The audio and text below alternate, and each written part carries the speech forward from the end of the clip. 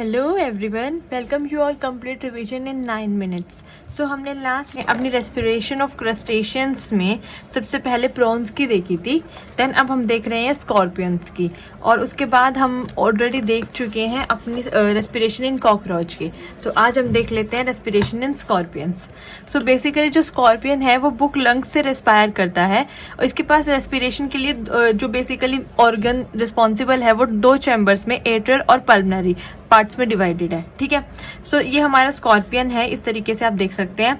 इसमें यहाँ पर ये जो इसके स्ट्रक्चर होते हैं जो बुक की फोल्डिंग्स की तरह, आपको ऐसे वर्टिकल बुक की फोल्डिंग्स की तरह दिखाई दे रहे होंगे इस तरीके से। आप मेरी हैंड मूवमेंट को देखिए। सो इसी को ही हम बोलते हैं बुक लंग्स, और बुक लंग्स बोलने का रीजन भी यही है फॉर रेस्पिरेशन, क्योंकि इनका जो स्ट्रक्चर है वो बुक के पेजेस की तरह होता है। के बाद आप ये इसकी गट देख सकते हैं। ठीक है, देन जो book lung like a book, इसलिए हम इसको बुक लंग्स बोलते हैं। अब ये इसका स्ट्रक्चर है, हम देखिए ये इसके लैमेलास प्रेजेंट है, जिसको हम लैमेला फॉर लंग्स, जहाँ पे डीऑक्सीजनेटेड ब्लड फ्लो होता है।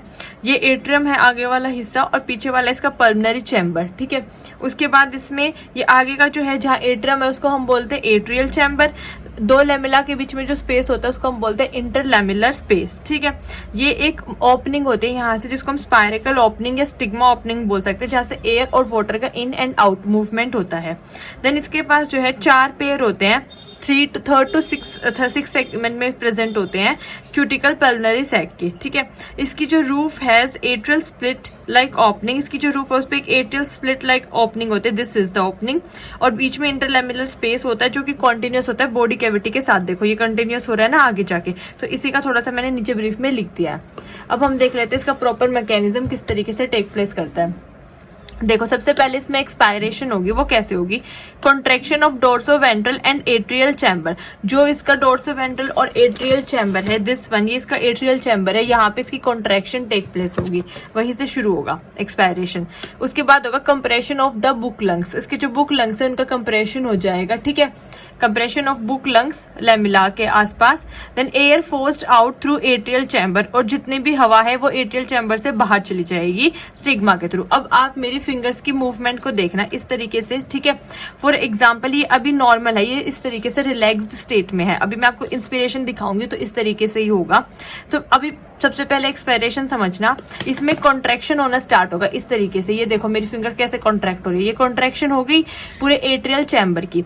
कॉन्ट्रैक्शन होने के बाद इसका जितना भी ये बुक लंग है ऐसे पूरा कंप्रेस हो जाएगा। ठीक है, और ज्यादा मेरी फिंगर एक के ऊपर एक चढ़ नहीं सकते हैं, बट इस तरीके से पूरा कॉम्प्रेस हो जाएगा। ठीक है, फिर ये जो है, आप ये हिस्सा मान लीजिए, ये जो है इसका, ये मान लो ये पोर है स्टिग्मा वाला एट्रियल चैम्बर का, यहाँ से जितनी भी हवा है वो ऐसे सारी बाहर निकल जाएगी, एक्सपायरेशन हो जाएगा।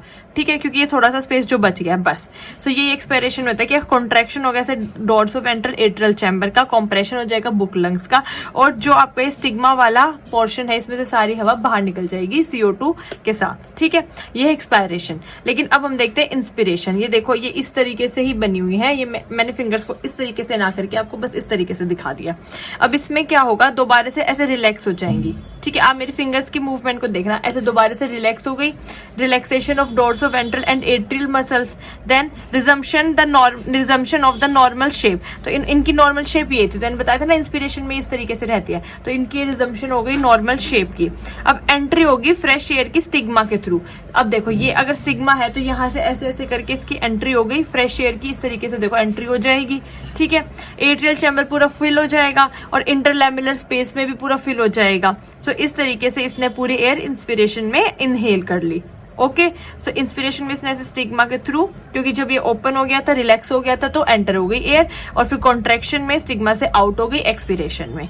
इसका रिजल्ट क्या हुआ, to blood to pulmonary vein. अब मतलब आपका कहाँ कहाँ जाएगा एयर, इंटरलैमेलर स्पेस के बाद से टू ब्लड में चला जाएगा, पल्मोनरी वेन में चला जाएगा, रीच पेरिकार्डियल साइनस, जहाँ पे ब्लड एक्सचेंज कर लेगा डिफ्यूजन के थ्रू, ऑक्सीजन इन और CO2 आउट हो जाएगी। देखो जैसे यहाँ पे ये है आपका, अब हम इस डायग्राम में देख लेते हैं।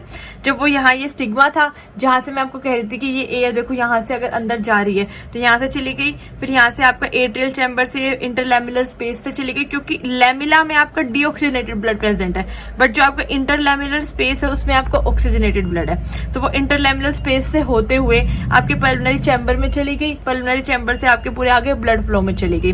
तो पूरे गट से देखो ये पोर्शन मैंने आपको बड़ा करके दिखाया, तो यहाँ से पूरे गट में, हर जगह चली गई।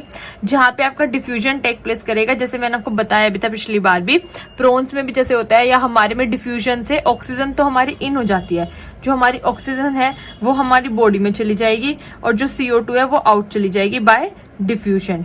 ठीक है, डिफ्यूजन से ऐसे होता है। सो इस तरीके से बाय बुक लंग्स हमारी स्कॉर्पियो में रेस्पिरेशन कंप्लीट होती है। आपको कोई डाउट हो तो आप जरूर मेंशन करना, मैं जरूर क्लियर करूंगी।